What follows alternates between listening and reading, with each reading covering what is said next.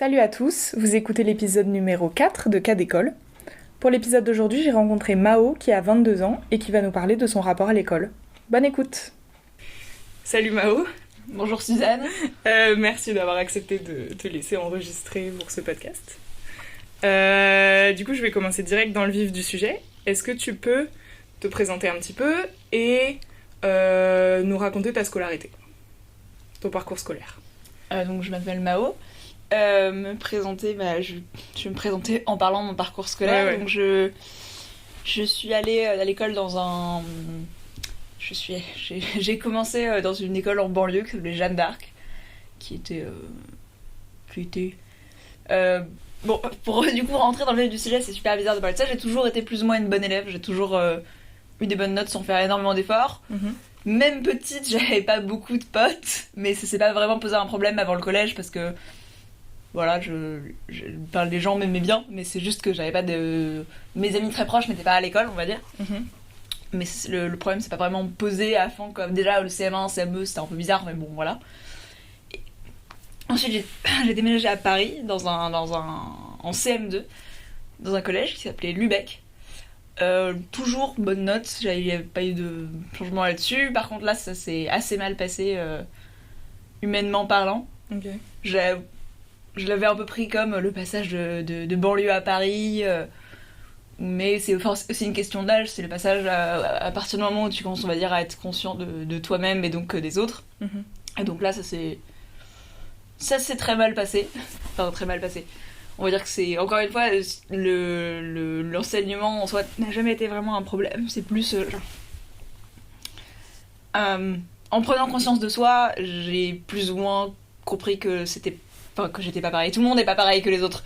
Mais disons que là, ça a commencé, on va dire, à poser problème, dans le sens que j'avais juste pas d'amis. Et légèrement... Le vocabulaire est harcelé grossièrement, mais par rapport à des histoires que j'ai entendues, c'est pas si terrible. Hein, c'est juste balancer mes affaires, être seule, à la dernière choisie en sport, ce genre de truc. Il y avait un truc qui était quand même... qui, on va dire, sonne très mal quand on le raconte. C'est pour ça que je le raconte. C'est... il y avait un jeu qui avait été lancé dans la classe qui s'appelait le poison. Et donc en fait c'était un chat. C'est-à-dire que tu t'as le poison, puis quand tu touches, tu leur refiles le poison. Sauf que la particularité du jeu était que le poison c'était moi. Donc en fait il n'y avait pas de chat. Et ce qui arrivait à un moment, c'est que du coup toute la classe avait pris le jeu. Et donc certains qui avaient compris que j'étais le poison, et d'autres pas forcément. Et du coup il y a une fille qui s'est jetée derrière moi, qui m'a touchée, qui m'a dit poison. Je l'avais pas compris, et du coup je me suis mis à pleurer. Parce que du coup, je comprenais le malentendu en fait. Parce que c'était moi le poison, elle ne le savait pas. Et voilà. Disons que je le raconte souvent parce que ça fait vraiment le pire, tu vois. Ça fait vraiment horrible quand tu le racontes. Enfin, pas horrible, mais ça sonne pas bien quoi. Et voilà. Je me souviens que du coup, je m'étais mis à pleurer. Du coup, j'avais la déléguée de la classe qui s'était venue me voir en mode on voulait savoir ce que t'as, ça va pas t'as des problèmes de santé? J'étais en mode bah non, j'ai pas des problèmes de santé, juste les gens ne me touchent pas parce que c'est malade, genre ça suffit pas comme raison de pleurer. J'ai évidemment pas du tout dit ça. Et donc voilà, j'avais une amie, en fait j'ai découvert une amie à ce moment-là par nos lectures communes, et donc qui était pas dans ma classe, donc j'étais quand même relativement isolée. Et au bout d'un moment, j'ai dit à mes parents en fait j'ai envie de changer d'école parce que je n'ai pas d'amis. Au bout de 3 ans. Ce qui était un peu genre l'acte héroïque. Donc c'était en 4ème? Donc c'était en 4ème, ouais. Et voilà. Ah oui, là où disons que Lubeck a pas été une bonne expérience, bon déjà ça, mais aussi qu'en termes de professeurs ou de trucs, j'ai eu assez peu de soutien là-dessus, autre que ça va aller, tu sais... Est-ce que t'en as parlé quand même régulièrement à des profs? J'en ai parlé une fois à une prof que j'aimais bien. Enfin non, j'en ai parlé au moment où je partais. En fait, elle me dit non, mais c'est parce que t'es une fille un peu particulière, donc là, je comprends que ce soit pas bien intégré. Voilà. D'accord. Non, en fait, je suis en train de dire, j'avais l'impression de pas être soutien, mais t'as raison, j'en ai pas parlé. J'en ai parlé à mes parents juste au moment de dire bah je veux partir, et à cette prof qui a compris pourquoi je partais. Et du coup, ça veut dire que t'as trouvé cette solution-là entre guillemets toute seule, juste en y réfléchissant.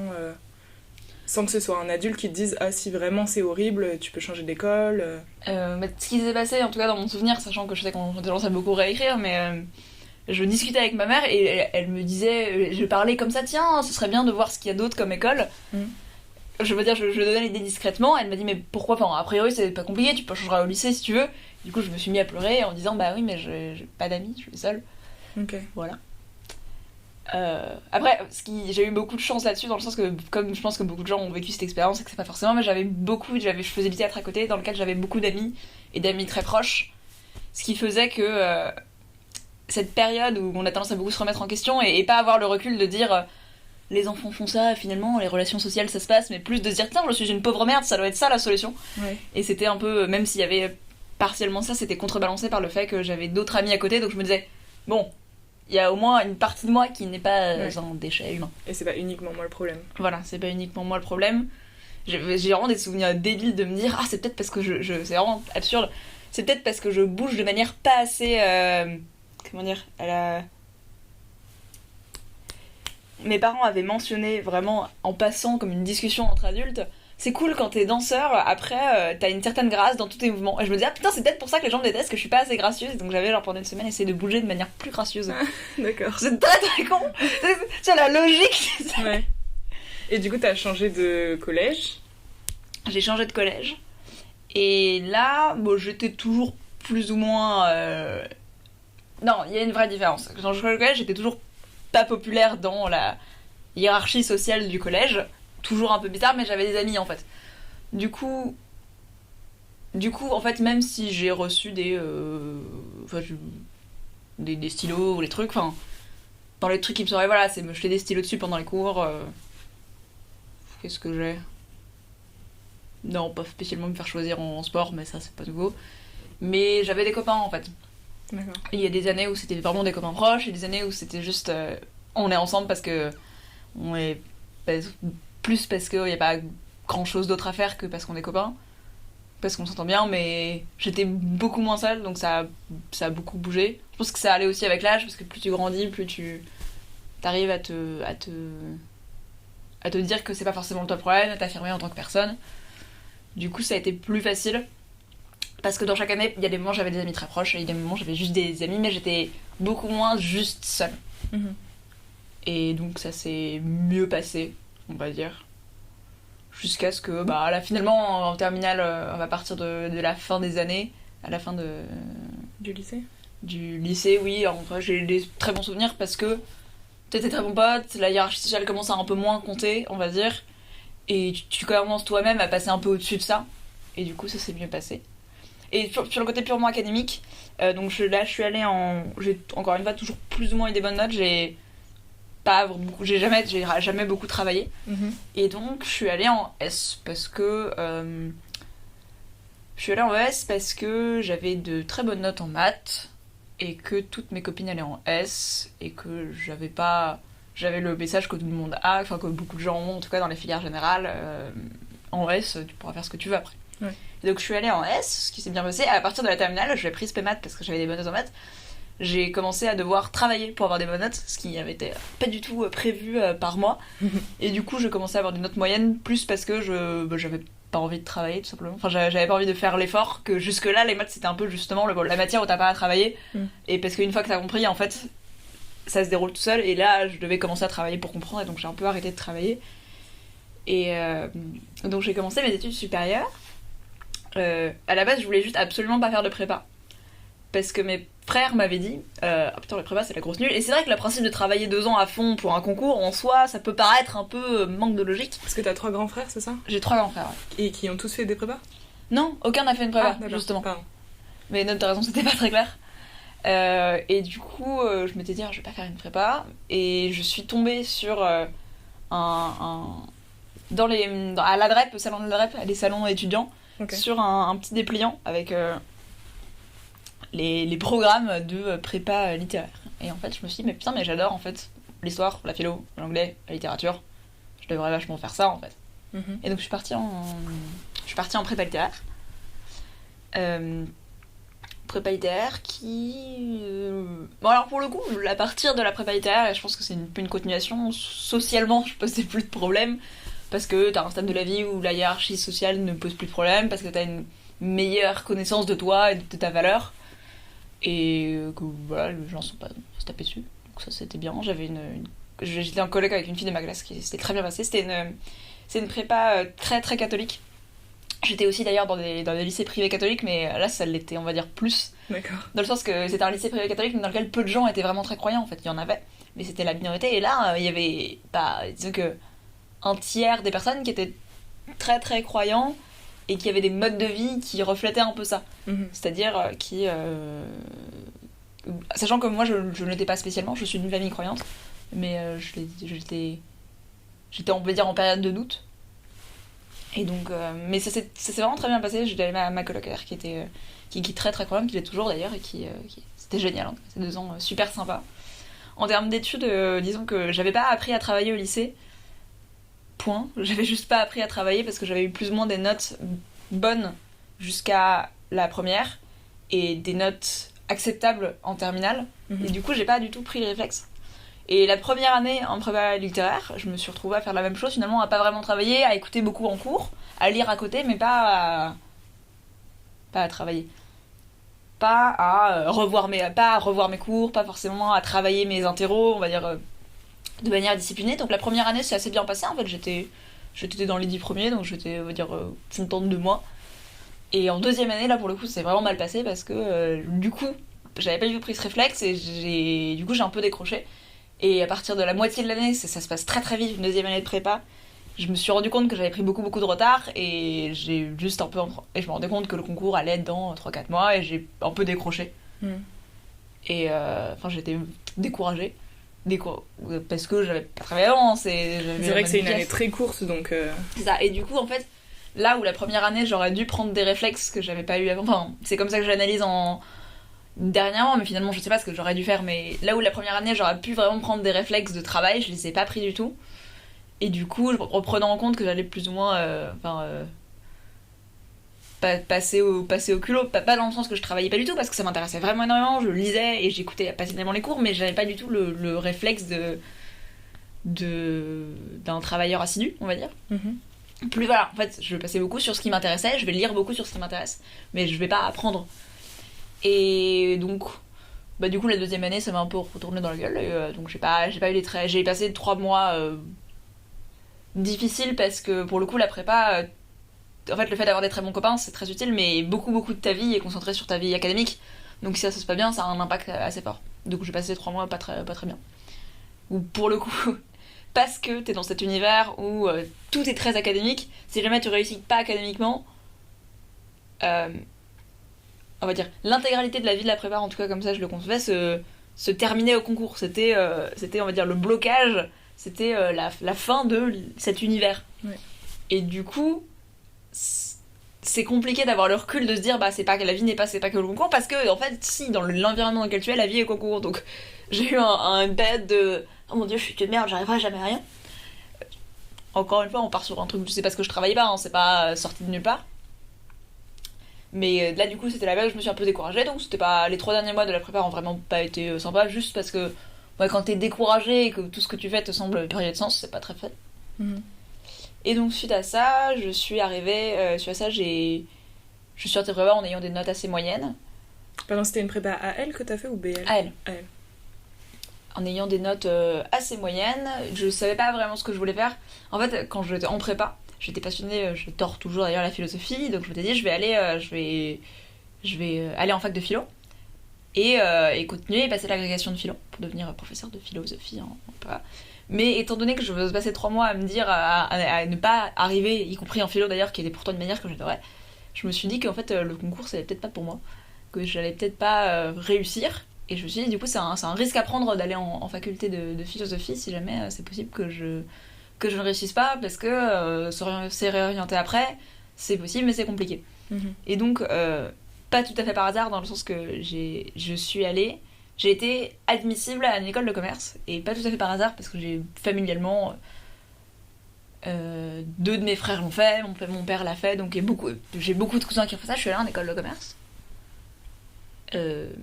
Que tu as eu par le biais du concours groupé Le biais... Non, c'est les écrits-com. En fait, les écrits-com, et donc si tu passes le concours, enfin si tu coches une case, si tu passes le concours de l'ENS et que tu as une note suffisante, tu peux être admissible. D'accord. En EMA, donc je n'ai pas passé le concours écrit, j'ai juste passé un concours oral. Et enfin, j'ai fait des entretiens, mais pas le concours de la BCE. Donc comme j'avais pas du tout prévu d'être en école de commerce, j'ai pas passé les concours des grandes écoles de commerce. D'accord. Donc je suis passé le concours de Neoma, Kedge, zut. Je sais plus c'est laquelle. Lille, Marseille, je sais pas. Bon, c'est écrit comme. Donc je suis arrivée en école de commerce. Je suis arrivée en école de commerce, qui était, on va dire, malgré le fait que j'ai pas énormément travaillé, enfin pas énormément travaillé, pas autant travaillé que j'aurais dû en prépa, ça a été quand même une énorme dégringolade intellectuelle. Pas au début, parce qu'au début tu t'éclates un peu, mais en fait, parce que tu travailles beaucoup moins, on te demande vraiment peu. Et ce qu'on te demande, on te demande d'apprendre à travailler en groupe, on te demande d'apprendre à faire un joli PowerPoint, c'est en fait ce qui est... J'ai beaucoup critiqué l'école de commerce en disant ouais, on t'apprend, on te challenge pas intellectuellement, mais étant concentré plus tard à la vie professionnelle, c'est clairement une très bonne idée en fait, parce qu'on te demande ce qu'on va te demander après dans les professionnels, enfin en tout cas dans la vie professionnelle, dans l'entreprise, on te demande peu en fait de résoudre des problèmes complexes en ayant tout le temps que tu veux, enfin on te demande pas de résoudre des problèmes que tu fais en prépa, c'est pas... En tout cas, moi j'étais en philosophie, faire une dissertation de philosophie c'est génial, c'est la vie, mais c'est clairement pas une compétence dont tu as besoin. Ouais. Pas du tout. Enfin, sauf si tu fais ça dans ta vie. Sauf si tu es professeur de philosophie ou chercheur en philosophie, ce qui est assez spécifique comme métier, c'est pas... En termes de nombre, il y a peu de chances que tu te retrouves à faire ça. Et du coup, c'est intellectuellement au début, au début tu t'éclates parce que tu fais tout ce que t'as pas pu faire en prépa. Et ensuite, t'as un peu un truc de waouh, je me sens vide, j'ai l'impression que mes conversations n'ont plus aucun intérêt et que je suis plus capable de réfléchir. Et du coup, je me suis juste commis à genre relire un livre par semaine, comme je faisais en prépa, et du coup, ça s'est un peu passé. La culture d'école de commerce, je pense que tous ceux qui en ont parlé, tous ceux qui en sont passés ont dû en parler beaucoup, c'est très très particulier. En fait, c'est concentré sur un système sur un système d'association. Je pense que ça dépend beaucoup des écoles. Il y a des, genre, après en avoir parlé, il y a des écoles dans lesquelles t'as beaucoup de... dans lequel c'est plus ou moins important, mais t'as un système d'association dans lequel il y a des associations plus ou moins connues, il y a des rôles dans l'association, donc président, vice-président, certains rôles, et si tu peux, il y a des gens qui font pas forcément partie de l'école de commerce, du coup t'es plus un nobody. Mais... Ah oui, il y a cette hiérarchie explicite entre les bods et les no-bods. Alors, il y a cette hiérarchie explicite, c'est vrai. Après, disons que la vraie différence avec le collège, en tout cas j'ai trouvé, c'est que en fait, il y a une hiérarchie dans le sens que tu peux être très investi dans la vie d'école ou ne pas l'être, mais t'as pas du tout de jugement, enfin t'as pas du tout comme au collège où c'est vraiment une mauvaise chose. D'accord. Alors que moi pour le coup j'ai participé, j'ai fait une asso, j'étais à la pro, mais j'étais pas spécialement investi dans le système de liste parce que... J'ai envie de vous dire parce que j'étais au-dessus de ça, mais c'est juste que je me suis fait têche au début. Et du coup je me suis dit ah bah tiens ça... La façon dont je m'étais fait recherche, je me dis bon tiens ça a pas l'air d'être ce que je cherche. Ouais. En fait c'est vraiment très très con, hein.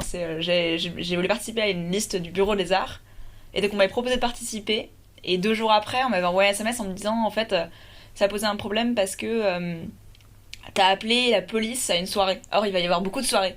Et je disais mais j'ai pas du tout appelé la police à personne. Et du coup, il me dit ouais, mais la rumeur est déjà passée, donc c'est un peu problème. Et j'étais en mode ah bah d'accord. Ouais, mais c'est trop bizarre. C'est trop bizarre.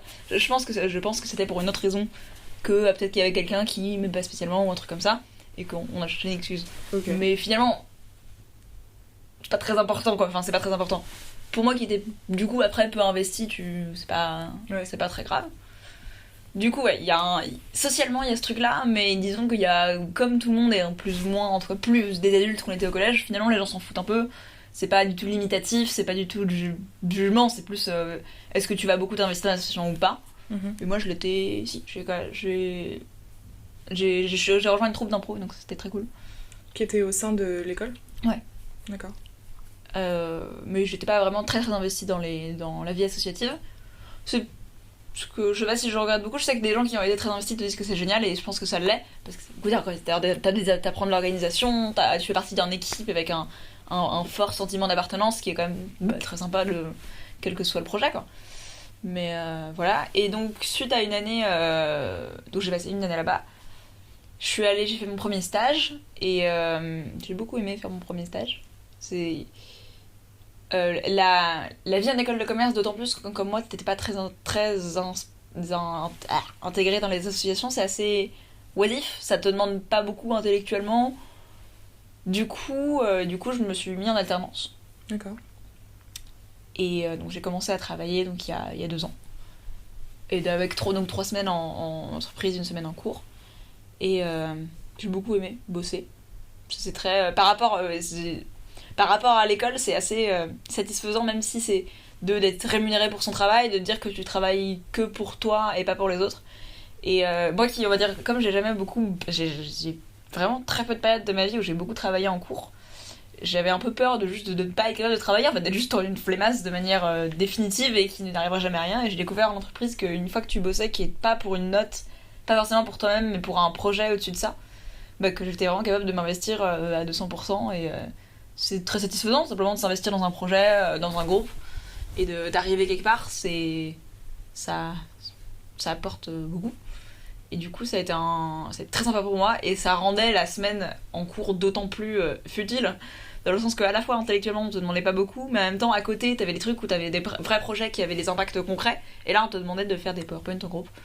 Ce qui est, encore une fois, des compétences qui sont nécessaires d'acquérir, mais qui peuvent paraître un peu dérisoires quand tu fais ça vraiment à côté. Et c'est quoi que tu faisais pendant ton alternance du coup ? Pendant ma première année, j'étais dans un cabinet de recrutement.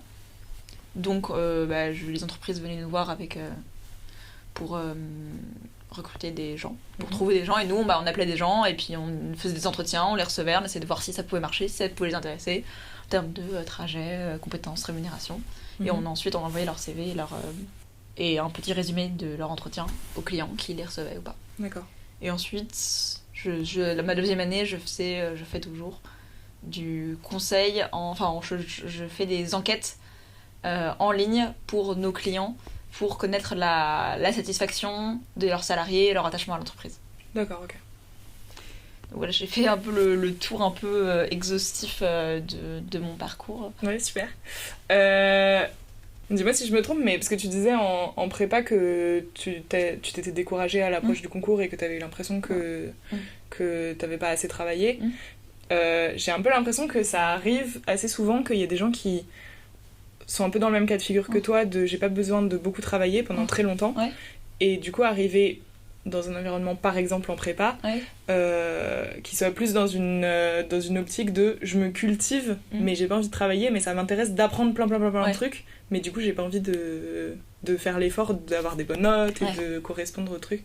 Est-ce que toi c'était comme ça aussi ou... C'était un peu comme ça, enfin disons que c'était un peu comme ça. J'avais tendance à fonctionner avant en disant je vais lire ce qui m'intéresse et ça va bien se passer. Ce qui s'est passé en fait pendant la première année globalement. Et disons que j'avais un peu cette approche-là pratiquement dans ce que je faisais. Mais comme j'étais dans un univers où tout le monde faisait le concours, en fait théoriquement je voulais avoir une bonne note au concours, c'est juste que à la fois j'avais pas forcément l'envie de faire le travail discipline et à la fois j'avais juste pas du tout appris comment faire. Enfin, on m'avait appris comment faire, mais je l'avais pas du tout écouté ou mis en pratique, ce qui fait que j'avais pas les compétences. Du coup, le fait de dire finalement ça m'intéressait pas tellement, le concours c'est pas vrai parce que théoriquement j'aurais beaucoup aimé. C'est juste que je l'ai pas fait en pratique, et finalement une fois que tu sors du concours, tu peux faire juste ce qui t'intéresse, c'est-à-dire juste lire ce qui t'intéresse comme ça sans enjeu derrière, comme je le faisais après en école de commerce, ce qui est assez disons, parce que je suis plus du tout dans cet univers-là professionnellement, c'est une certaine liberté dans la manière dont je fais, dans le sens que si y a un bouquin qui m'intéresse pas, je peux juste arrêter, et quand je lis un bouquin, je suis pas obligée de le ficher. Du coup, c'est vraiment sur le pur envie, quoi. Du coup, il y a un côté de ça, de voir ça comme un envie de se cultiver plus que d'en faire un avenir professionnel, quoi. Ouais. Et du coup, tu t'as rejoint une troupe d'impro en école de commerce. T'en faisais aussi en prépa ou pas ? Non, en fait, j'ai commencé l'impro en école de commerce, mais juste là, j'avais fait beaucoup de théâtre. En fait. J'avais fait dans 10-11 ans de théâtre. D'accord. Et en prépa, je faisais ça. En fait, on avait fondé une troupe de théâtre dans la prépa. D'accord. Et donc, avec des gens qui étaient en prépa avec moi, on avait monté... la première année, on avait monté La guerre de Troie n'aura pas lieu. Et la deuxième, quand on avait eu un peu moins de temps, on avait monté une pièce de Feydeau. Ok. Et donc, on avait fondé ces 2 pièces parce que j'avais pas de... Les années d'avant, j'avais fait des cours de théâtre. Et là, c'est même pas forcément une question de temps, c'est juste qu'on n'avait pas de cours de théâtre pas trop loin de la prépa. Et du coup, on avait fondé une pièce de théâtre. Et en fait, je suis arrivée en école de commerce et j'ai voulu rejoindre la troupe de théâtre. Et j'ai pas réussi l'audition. Et du coup, je me suis dit, tiens, bah je vais tenter l'impro. Parce que finalement, j'ai plutôt une bonne image de l'impro. Et du coup, j'ai rejoint la troupe d'impro. Et alors, ça te plaît ? Ouais, c'est génial. C'est très très cool l'impro. C'est complètement différent du théâtre. Parce que déjà, c'est moins profond dans l'analyse des personnages. Tu restes pas longtemps. T'as l'audace du théâtre, mais puissance 1000. Parce que le théâtre, tu sais quand même globalement ce que tu dois dire. Et l'esprit de troupe que tu retrouves au théâtre est quand même vraiment beaucoup là, parce que plus que dans le théâtre, t'es obligé de faire confiance aux personnes avec qui tu joues, parce qu'elles ne veulent pas jouer un texte que toi tu connais, elles vont te soutenir dans l'idée que t'as en tête. Donc j'aime beaucoup l'impro. Et en spectacle, quand t'as des bons improvisateurs, c'est très très très très drôle et très drôle. Et paradoxalement, en fait, tu peux jouer une impro en ayant des personnages sincères, t'es pas obligé d'être drôle tout le temps en fait. Et c'est souvent d'ailleurs quand t'as des personnages sincères que c'est le temps plus drôle, mais du coup j'aime beaucoup l'impro. Et t'as l'impression que de faire du théâtre puis de l'impro, ça a eu une incidence sur ton parcours scolaire ou ta façon de considérer les cours ? Comme je le disais un peu sur le collège, le théâtre a toujours c'est quelque chose que j'ai toujours beaucoup aimé, dans lequel je me considérais plutôt bonne, et surtout dans lequel presque tous mes cours, je crois que tous mes cours de théâtre, je me suis fait de très très très bons copains. C'est très rassurant, c'est très... même dans les périodes où tu fais mal les trucs, tu sais que là au moins ça, je sais que je suis bonne à ça et que ça m'intéresse et que j'ai des copains là-bas. Donc en fait, le fait d'avoir fait du théâtre pendant beaucoup de ma vie, bon déjà ça m'a beaucoup aidé, parce que pour l'exemple de les entretiens oraux de mon école de commerce, que j'aurais probablement pas réussi si j'avais pas fait du théâtre, parce que j'étais relativement préparée. Mais comme j'avais une bonne aisance à l'oral, ça m'a aidé. Comme tout le monde, oui, le théâtre ça aide sur l'aisance à l'oral, voilà. Révélation. Mais ça aide beaucoup sur le fait juste de... C'est comme avoir une activité dans laquelle t'es bon en fait, que ce soit du piano, du sport, n'importe quoi, ça te donne un boost de confiance en toi, quel que soit ce que tu fais. Et le fait d'avoir fait l'impro, est-ce que ça m'a influencé sur l'école de commerce ? Oui, ça a amélioré. Ça a fait que mon expérience d'école de commerce était d'autant plus cool, parce que j'ai fait l'impro. Et du coup, vu que t'as fait du théâtre aussi longtemps que ça et que ça te plaisait autant, etc., t'as jamais pensé à le faire comme métier ? Si, quand j'étais jeune. Quand j'étais au collège, je pensais faire du théâtre mon métier. Il y a un moment au lycée, on va dire, j'étais dans un cours de théâtre, un cours pour beaucoup de gens qui voulaient en faire leur métier. Et du coup, ça me donnait très envie, mais à la fois, j'étais confrontée avec des gens que je me disais, waouh, ils sont vraiment très très très talentueux. D'accord. Où j'avais l'impression, on va dire, de faire face à mes limites, pas forcément négatives, c'est juste qu'il y a beaucoup de sincérité émotionnelle que j'ai l'impression de manquer un peu à l'époque, dans le sens que dans mes personnages, je jouais beaucoup de moi-même, que de mon personnage que je joue dans la vie. Et du coup, j'avais l'impression d'être confrontée un peu à ça. J'ai voulu en faire du théâtre. Il n'y a pas un moment où je me suis dit, bon, allez, je vais me lancer là-dedans. Et un peu plus en prépa littéraire, forcément, je me suis dit, tiens, si je fais de la littérature, je ne saurais pas tellement faire du théâtre que faire d'écrire derrière. Parce que j'étais dans un univers où on écrit beaucoup. Et parce que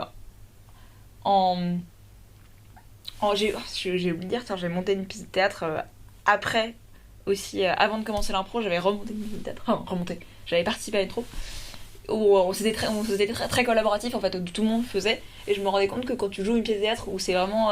Dans toutes les pièces où j'ai monté, il y avait un metteur en scène, c'était pas moi, mais c'était assez collaboratif. Mais je me rendais compte qu'en fait, quand t'as un metteur en scène qui est pas forcément vas-y, tout le monde a des idées, t'es peu créateur. J'étais créateur dans le théâtre quand même. Tu es créateur, mais pas tant que ça finalement. Ouais, tu suis plus ce qu'on te dit de faire.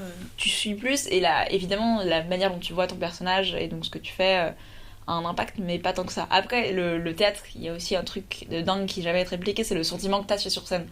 Et donc, ça, le sentiment que t'as, ça change rien finalement que t'as un metteur en scène qui soit psychopathe ou pas, c'est un sentiment incroyable. Ouais. Mais disons que je me disais que le théâtre, c'est plus. Ce sentiment-là, c'est vraiment pur plaisir, quoi. C'est vraiment pur fun. Et je me disais que si jamais je voulais me lancer dans l'art, j'aurais besoin à la fois juste de sentir de la satisfaction du fait de théâtre, du plaisir, mais aussi comment dire, il y a un sentiment que tu ressens quand tu construis quelque chose dont tu es fier. Et si je faisais que du théâtre en tant qu'acteur, je sais pas si j'aurais ça sur le long terme, autre que je me dirais, est-ce que le rush d'être sur scène, ça suffirait ? Du coup, non, en fait, j'ai toujours eu plus ou moins cette idée de me dire, tiens, ça serait bien, mais sans à un moment me poser et me dire, je voudrais que je fasse ça. Et je dois avouer que, étant assez heureuse dans le travail que je fais aujourd'hui, je suis assez contente de me dire que ça va être des trucs que je vais garder pour moi, que je vais pas rendre ça professionnel et que je vais un peu séparer. Et sachant que j'ai un travail que j'aime bien, en fait, si jamais j'avais un travail de merde, forcément, je pense que je me poserais plus la question, mais là, ce que je fais, ça m'intéresse, j'ai l'impression de contribuer à un but qui me semble bien et intéressant. Et du coup, je suis assez heureuse de garder ça à côté comme un truc que j'adore faire en dehors de mon travail. Ok, du coup, on en était au bac. Ça s'est passé comment pour toi? Ah, bah en fait, c'est plutôt dans la logique que le bac, j'ai pas beaucoup bossé. J'ai passé une semaine avant à bosser, mais donc j'ai eu un bac assez bien. Et ça, c'est avant, je pense, la prépa, parce que j'avais réussi à avoir des bonnes notes, et parce que mes parents, bien qu'ils voulaient que j'aie des bonnes notes, étaient pas psychopathes. Enfin, étaient pas. J'avais des gens dans la classe dont les parents, il fallait absolument que tu sois premier partout. Moi, j'étais à peu près dans mon top 10 durant toute ma scolarité. Parfois, quand quand jeune, j'étais dans le top 3, et ensuite, je suis passée dans le top 10, on va dire.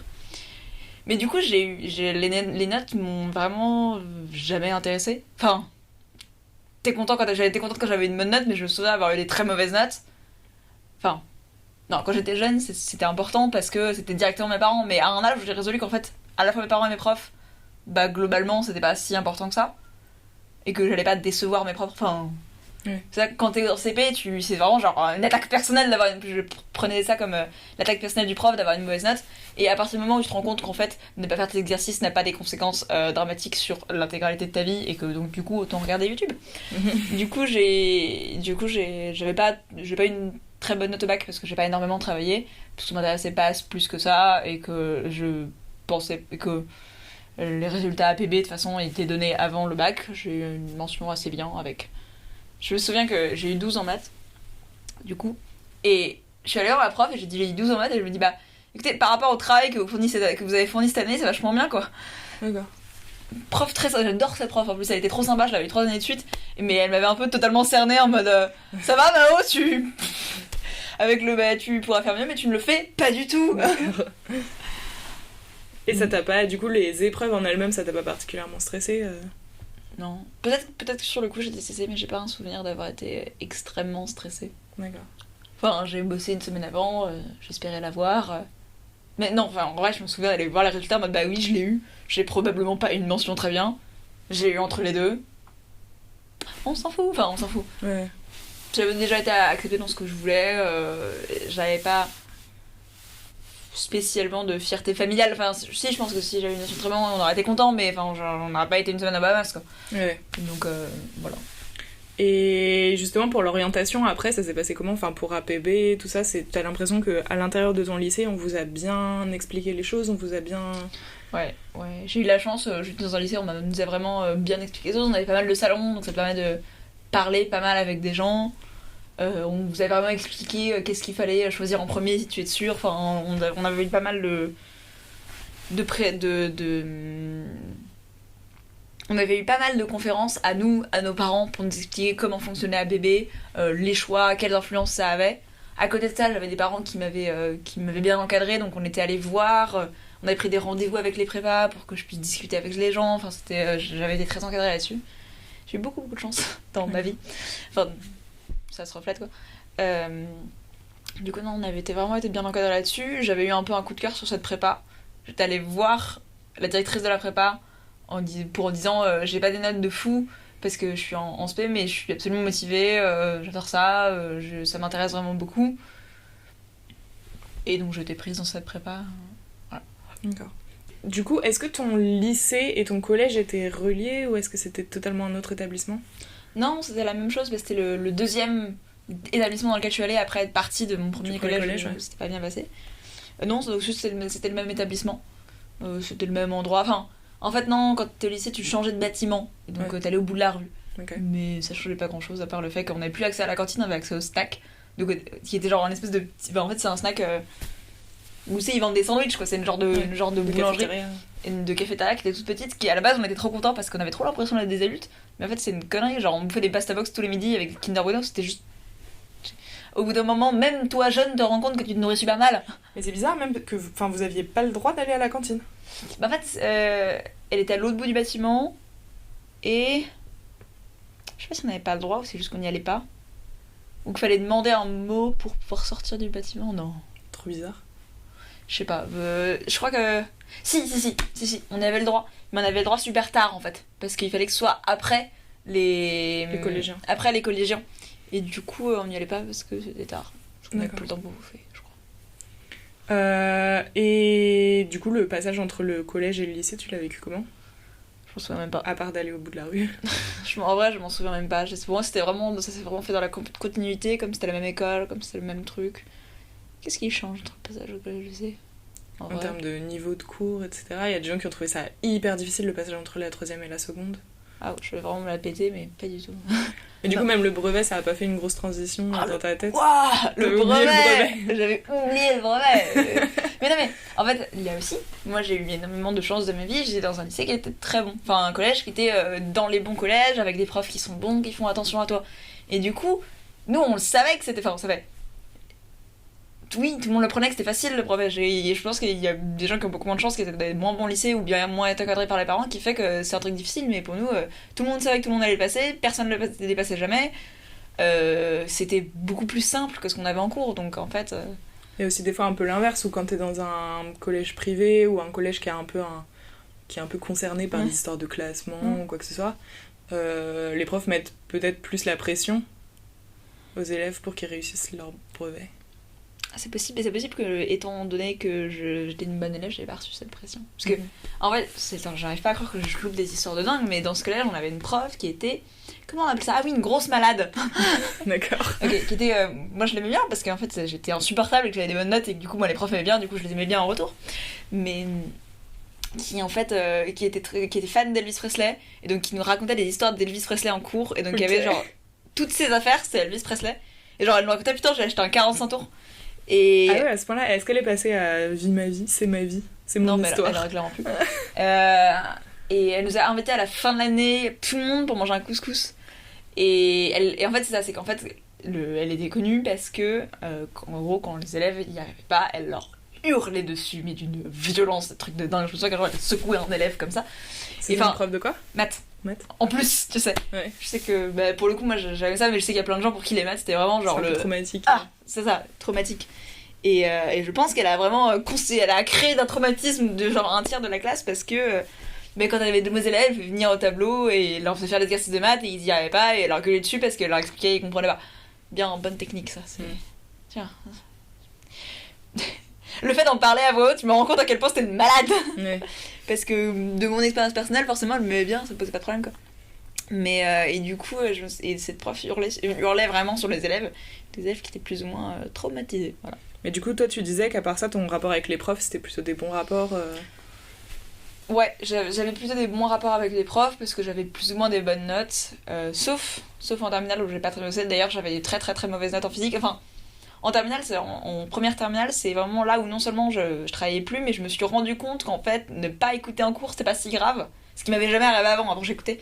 Et du coup, en physique, j'avais des notes vraiment, j'ai eu 5 de moyenne, quoi. Et parce que je travaillais pas du tout. Et je me souviens qu'on avait un prof de physique, et donc il y a eu la réunion parents-prof, et du coup, il m'a regardé et dit non, mais Mao, ça se voit que c'est une bonne élève, hein, c'est juste que la physique, c'est pas son fort. Et j'étais vraiment, je le regardais en mode ah ouais, mais tu me prends pour une grosse conne en fait. Bon, du coup, je peux pas trop dire ça parce qu'il y a mes parents, du coup, je t'en ouais, faut que je travaille plus parce que c'est vraiment pas ma matière. Ah, je travaille, je n'y arrive pas du tout et j'ai totalement ouvert mes livres cette année. Parce que tu le... Je les connais pas du tout, c'est quoi. Parce que tu le revendiquais pas particulièrement, que c'était par manque de motivation que... Non, dans mon point de vue, mes parents seraient plus vénères si jamais c'était parce que je travaillais pas. D'accord. Plutôt que... Si tu travaillais que tu n'y arrivais pas. Ouais, voilà, ça paraît vachement. C'est normal, mais... Ce qui est normal, c'est mes parents sont des bons parents. Ouais, mais parce que je connais aussi pas mal de gens, tu vois, qui avaient des notes moyennes et qui disaient ah ouais, non, mais ça c'est parce que je travaille pas, tu vois, mais en vrai je suis intelligent. Je faisais un peu ça aussi. Hein. Ça se trouve, si je travaillais, je pense que j'aurais pu avoir plus de 5 de moyenne, sincèrement. Mais ça se trouve, j'aurais pas eu de note incroyable non plus. Mais tu le revendiquais pas particulièrement. Je pense que de mes parents, non, intérieurement, je me disais que je pouvais avoir des notes plus, mais je me disais pas forcément que je serais un génie de la physique si j'avais pu bosser, quoi. Non, c'est plus, d'ailleurs, je suis vachement plus, j'ai vachement plus honte de pas travailler que fierté de me dire, ah, j'aurais pu y arriver. Enfin, c'était pas un truc que je revendiquais particulièrement et c'est pas un truc dont, encore aujourd'hui, je suis particulièrement fière de voir ça. Je me disais, non, j'étais vraiment un peu une petite conne quand même. Et ton premier collège, c'était quel type d'établissement par rapport au deuxième ? Toujours privé, établissement, il y avait un uniforme. Et disons qu'après coup, je me suis vachement dit c'était quand même un tout petit peu un truc de Brichou. Dans le sens que, évidemment, celui d'après était également un truc de jeu, dans le sens que déjà au CM2, des gens commençaient à porter des marques et ça avait une importance. D'accord. Donc, le problème c'est que comme ça, c'est des trucs qui sont très personnels et que ça a beaucoup d'impact sur la façon dont tu vois, je sais pas dans quelle mesure ce que je dis est réécrit pour correspondre avec mon histoire personnelle. Ou si finalement ça l'était pas tant que ça. En fait, il est tout à fait possible que je me suis juste pas intégrée à cette classe et que ça soit pas bien passé, mais qu'il n'y ait pas de raison particulière, que c'est pas une école qui soit particulièrement concentrée sur l'habillement. Je pense qu'il y avait juste quelques personnes dans la classe qui étaient comme ça et ça m'avait beaucoup marqué. Parce que à l'époque, forcément, enfin pas forcément, mais à l'époque moi j'en avais rien à carrer. Aujourd'hui j'en ai encore rien à carrer, donc j'étais pas très coquette. Et Attends, je comprends pas, il y avait un uniforme, mais les marques c'était quand même important. Ouais, en fait, par raison, j'ai pas été claire. L'uniforme, on devait être habillé en bleu marine. Mais en soi, il n'y a pas d'uniforme. Ah, d'accord. On devait être habillé en bleu marine et blanc, on n'avait pas le droit à la couleur. Ok. Enfin, en vrai, je m'en foutais, mais. Clairement, j'en avais rien à carrer, mais j'étais pas très coquette, ça prenait pas beaucoup d'importance pour moi. Il y a des gens pour qui ça prenait, je pense que. Je sais pas si ce que je dis est vrai ou pas. Je sais pas si ce que je dis est. C'est juste moi, après coup, qui me dit non, mais attends, c'est parce que eux, tu vois, ils faisaient attention à leur apparence, alors que moi, C'est intéressant aussi de voir comment les gens ont perçu tel et tel truc et comment ils l'ont intériorisé au fur et à mesure du déroulement de leur vie et le recul qu'on peut avoir ou pas. Mais du coup, non, D'ailleurs, je pense que c'est. J'ai toujours beaucoup aimé lire, mais c'est là où j'ai commencé à. En fait, comme j'avais pas d'amis, je commençais beaucoup à lire à la récré. Du coup, je lisais plus. Mais du coup. Causalité, c'est un peu parce que j'ai pas beaucoup de potes, du coup je lisais plus. Du coup. Merde, est-ce que je lisais plus parce que je lisais plus, j'ai pas beaucoup de potes, je ne sais pas. Je sais pas dans quelle mesure il y a une causalité. C'est pas impossible, hein. Mais parce que t'as l'image de cette meuf vraiment pas cool qui lit, quoi. Ouais. Et le passage en 6ème, tu l'as vécu comment ? Disons que le passage en 6ème, c'est le passage où tu commences à arrêter de jouer à la récré pour aller discuter à la récré. C'est vrai que j'entends ça à chaque fois. Et j'aimais bien jouer, moi. J'aimais bien jouer parce que, encore une fois, même avant, j'avais pas beaucoup de copains. Et du coup, jouer à un chat géant, truc, ça crée du lien. Ça crée du lien et ça te permet que t'as pas besoin d'être ami avec une personne, enfin t'as pas besoin d'avoir un groupe. Le collège, c'est le moment où tu commences à avoir des groupes en fait. Et tes amis, c'est pas un peu tout le monde comme ça l'était un peu avant. Où bah finalement t'es plus ou moins copain avec tout le monde. Enfin, c'est comme ça que moi je le voyais en tout cas. Et tu commences à avoir des groupes et tu peux pas et t'as pas ce côté copain avec tout le monde. Et du coup j'avais pas vraiment de. Et du coup c'était un peu angoissant parce qu'il y a des moments où j'allais dans des groupes parce que je voulais pas être seule, mais c'est pas forcément des gens avec qui je m'entendais particulièrement bien. Pas que je m'entendais mal, c'est juste que c'est pas des gens avec qui j'avais une affinité particulière parce qu'on avait des trucs en commun. Et mais tu sais, c'est ce passage au collège où on commence à parler et comme tu parles, du coup tu dois trouver des trucs à dire et du coup tu dois trouver des histoires dans la classe. Enfin, surtout que t'es un enfant donc t'as pas forcément des aventures oui, du coup genre, c'est marrant à quel point la vie amoureuse avait un rôle important dans ce qu'on disait et un rôle minime dans ce qu'on vivait parce que oui, ta 6ème, ta vie amoureuse elle est pas dingue non plus, tu vois. Enfin, et du coup quand il y avait un truc, c'est genre le truc de la vie et c'est un peu j'ai l'impression que c'est juste un épisode infini de Gossip Girl dans lequel j'ai jamais vu Gossip Girl, c'est juste que j'imagine que le fait de vivre des vies amoureuses et en parler c'était le centre de la vie, sauf que là on ne vit pas l'amour de vie amoureuse parce que nous sommes en 6ème, je le répète. Mais oui, du coup il y a encore une fois, je n'ai aucune idée de la causalité entre le moment où on se met à parler et du coup parce qu'on parle, on crée des histoires qui n'étaient pas là avant, ou alors si tout à coup il y a eu des histoires parce que on commence à avoir conscience de soi-même et de conscience de soi-même. On a avant conscience de soi-même, mais conscience de son rôle social et du coup ça crée des histoires et du coup on parle. Ouais. Mais dans tous les cas, il y a eu un changement, on a arrêté de jouer, on a commencé à parler. Et parce qu'avant c'était la corde à sauter, l'élastique, et là ça commence à parler. Et du point de vue de ce qu'on vous demandait de faire en cours, est-ce que t'as ressenti la prise d'indépendance, entre guillemets, que pas mal de gens ressentent en arrivant au collège. Que oh là là, il faut changer de classe à chaque heure et tout. Je me souviens, aujourd'hui, je suis une grande parce qu'on change de prof, j'étais en mode ouais, je dois être une grande, je comprends pas pourquoi le fait de changer de prof fait que moi une grande, mais je suis une grande. Non, j'ai entendu ça, je me suis dit qu'il allait devoir avoir quelque chose, mais comme j'étais à la fois bonne en cours et à la fois je portais peu d'intérêt à le fait d'avoir des bonnes notes en soi, n'était pas quelque chose de très important pour moi, du coup j'ai pas de souvenir de prise d'indépendance. J'ai des souvenirs de prise d'indépendance parce que je commençais à aller à l'école toute seule. D'accord. Ouais, c'était tard, mais enfin c'était parce que... Attends. Genre j'allais déjà à l'école toute seule avant, c'est juste que là c'était à Paris, donc je me sentais vachement plus grande. D'accord. Et aller à l'école seule, pour le coup, je me souviens que je me t'ai dit, waouh, je suis plus grande. Mais la prise d'indépendance, j'ai pas du tout eu l'impression d'avoir pris d'indépendance sixième. Quand est-ce que j'ai pris l'indépendance dans ma formation ? J'ai pris un moment de manière négative quand j'ai commencé à me dire, en fait, mes parents, ils sont... Enfin, c'est pas mes parents qui sont influencés par le fait que j'ai des bonnes notes et ils s'en branlent. Et comme moi aussi, du coup. Parce qu'au collège, on commence un peu plus aussi à tenir ses cahiers et ses classeurs tout seul, etc. Ouais, je pense que avant, je tenais... Enfin, j'ai toujours fait mes devoirs toute seule, même quand j'étais petite. Pour mes cahiers et mes classeurs, je faisais ça aussi. Enfin, non, je sais pas si je faisais ça aussi, mais en tout cas, ça m'a pas marqué comme une prise d'indépendance. Ok.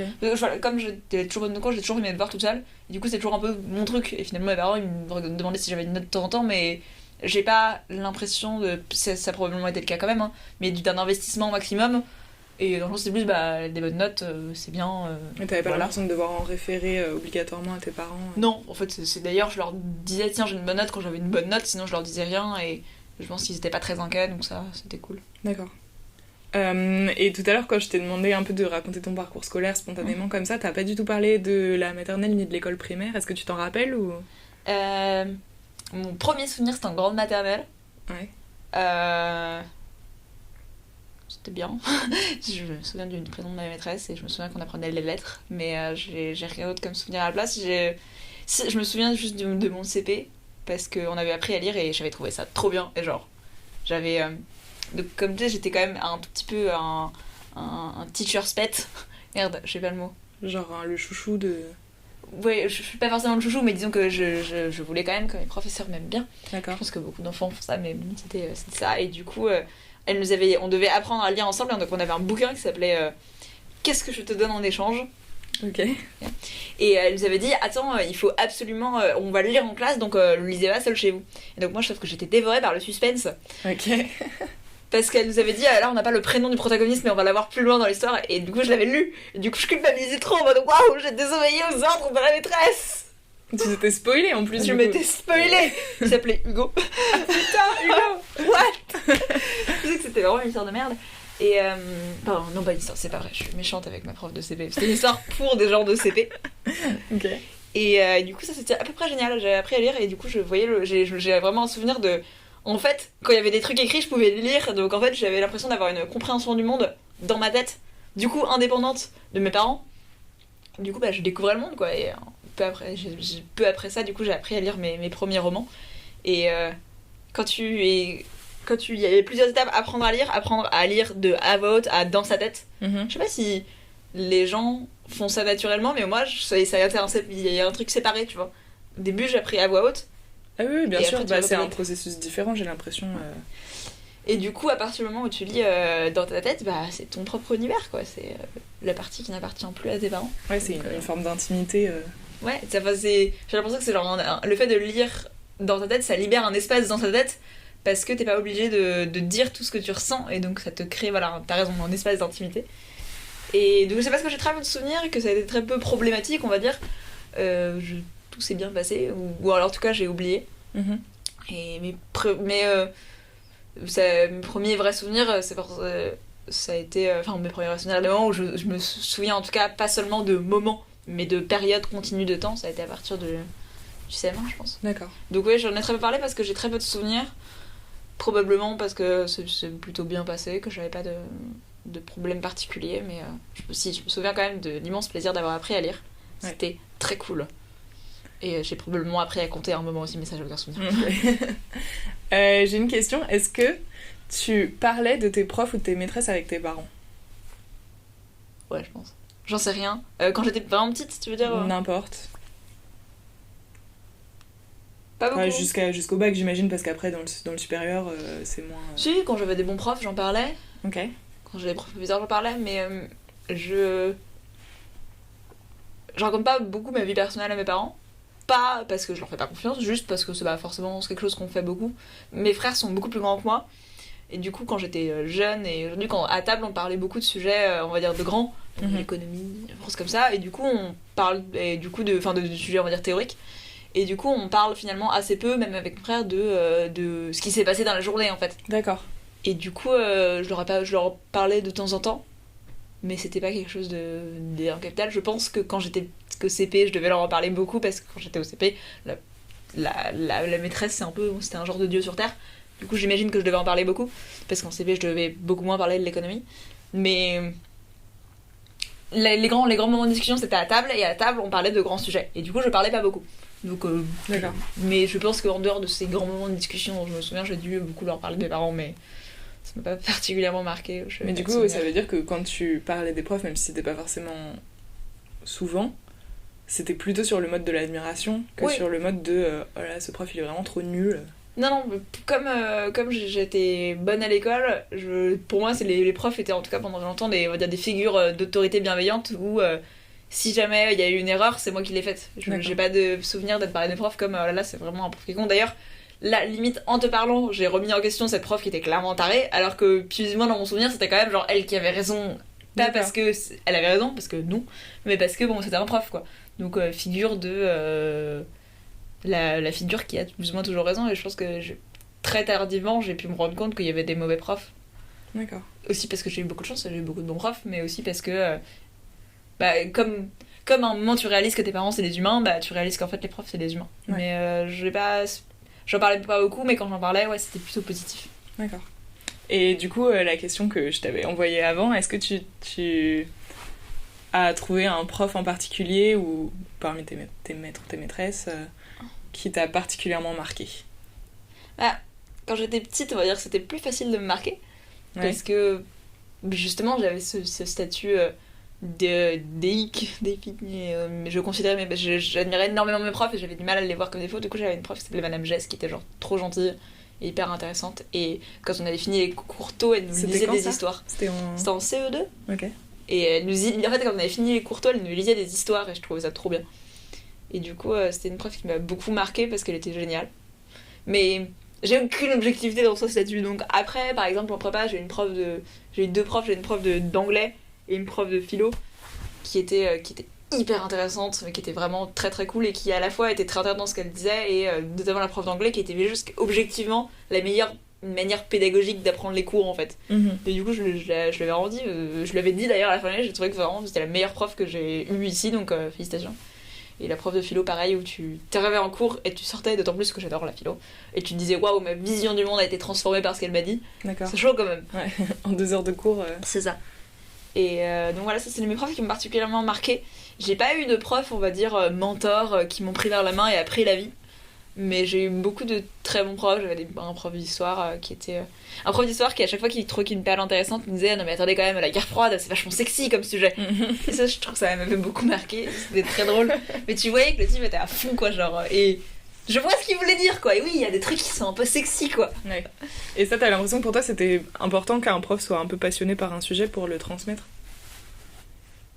Ouais, je pense que théoriquement tu dois pouvoir être très bon prof sans être passionné par ce que tu fais si t'es bon en termes de pédagogie, mais peut-être parce que moi je me considère comme assez passionné, j'ai du mal à. Si le prof est pas intéressé par ce qu'il dit ou pas passionné, c'est compliqué de. Quand il y a une personne qui est passionnée en face de toi, naturellement t'as envie de t'intéresser à ce qu'il dit, mais que ce soit un prof ou pas un prof. Si jamais quelqu'un a tant d'émotions, envie de quelque chose, ça m'intéresse. C'est comme à chaque fois que je rencontre quelqu'un de passionné, genre par. Je sais pas moi, le point de croix, j'ai trop envie de me mettre au point de croix, alors que non, je vais pas me mettre au point de croix, vraiment pas du tout. D'accord. Même, voilà, à chaque fois que je croise quelqu'un qui est passionné par la course, j'ai envie de me mettre à la course, alors que non, j'ai essayé plein de fois, je déteste ça, c'est voilà. Et du coup, pour moi, c'est que les très très bons profs, c'est très souvent des gens qui étaient passionnés. Et ou au moins intéressés, quoi. Il y a des gens qui étaient, on va dire, très extérieurement passionnés dans le sens qu'ils faisaient juste des « Oh là là, c'est super sexy !» Il y a des profs qui étaient des très bons profs et qui étaient juste très intéressés par leur matière et qui disaient « Non mais ça, c'est intéressant pour X raison. » Ouais. Mais en un sens, tu peux être passionné et être mauvais prof, surtout en collège ou lycée, parce que tu peux être passionné et du coup emmener les, on va dire, les meilleurs élèves dans les fins fonds de la subtilité de ta matière et laisser les autres loin parce que c'est moins émotionnellement élevant de juste réexpliquer un truc que t'as expliqué 4 fois. Donc tu peux être passionné et être un prof de merde parce que du coup tu prends pas du tout soin des élèves qui ont un peu du mal ou juste qui ont pas compris. Tu peux être tellement passionné par ce que tu fais que paradoxe de la connaissance, quoi, que du coup en fait t'es un prof qui t'es un mauvais prof parce que t'es incapable d'expliquer quelque chose qui pour toi est évident. Ouais. T'as l'impression d'avoir été témoin de ça des fois? Alors, est-ce que j'avais été témoin de ça? Bah, à part cette prof de maths, mais pour le coup, elle abandonnait pas du tout les élèves mauvais, hein, c'est juste qu'elle leur hurlait dessus, ce qui ne marchait pas du tout. Mais non, j'avais ce prof d'histoire qui trouvait les extra sexy, je pense qu'il pouvait laisser un peu derrière les gens qui comprennent pas, mais on était en option en histoire. Donc en fait, c'était plus ou moins facultatif, donc si t'étais là, ça t'intéressait. D'accord. Donc les gens étaient plus intéressés, et puis en histoire, il y a moins, c'est pas forcément une question de complexité, tant qu'une question de est-ce que t'es capable de voir l'histoire sur le long terme et de faire des liens. Oui, donc il y a une question de complexité, mais un fait d'histoire, c'est compliqué de pas le comprendre. Ils nous prenaient pas pour des académiciens, ce qu'on n'était pas, ils te disaient il s'est passé ça. Ouais, je vois. C'est juste que être très bon, c'est arriver à faire du lien, mais ça, je sais pas, j'ai l'impression que ça se fait plus en examen qu'en cours. Ouais. Est-ce que tu as quelque chose à rajouter auquel t'avais réfléchi avant et dont on n'a pas discuté? Non, j'ai trouvé ça assez génial parce que comme tu m'as demandé, on va dire, de parler de trucs qui étaient évidents pour moi, c'est le fait de l'exprimer à voix haute à quelqu'un d'autre. Ça remet en perspective pas mal de choses. Notamment le fait que waouh, je suis imblairable en fait. Je déconne. Mais du fait que je me rends compte que les difficultés que j'ai eues, c'était presque uniquement du social, sauf je dirais en prépa, et qu'il y a beaucoup de gens pour qui ça n'a pas du tout été ça et qu'ils se sont sentis, on va dire, très mal pour d'autres raisons, quoi. Donc je me rends compte que ma vision de l'école finalement est très différente de celle d'autres gens parce que les notes n'ont jamais vraiment été un sujet. Et c'est dingue parce que pour des gens, je pense qu'il y a des gens pour qui c'est genre tout le sujet. Bah ouais, c'est un peu pour ça aussi que j'ai voulu faire ça, pour voir différentes perspectives. Et effectivement, justement, quand j'ai enregistré avec Agathe l'autre jour, pareil, tout ce dont on a parlé à propos du collège et du lycée, c'était relations sociales, comment ça se passe avec les autres, etc. Et après, dans le supérieur, non. Et où ce qui t'intéresse, c'est vraiment, tu vois, ce que tu fais, quoi. Ouais. Et ouais, j'ai trouvé ça intéressant parce que je suis sûre qu'il y a plein de gens pour qui ça s'est pas présenté comme ça. Et... Ouais, c'est... Bah merci en tout cas d'avoir accepté ce petit rendez-vous. Ah mais ça me fait plaisir. Et merci à toi d'avoir écouté ce podcast. Tous les épisodes sont disponibles sur YouTube et toutes les informations sont en barre de description. On se retrouve dans un mois pour le prochain épisode.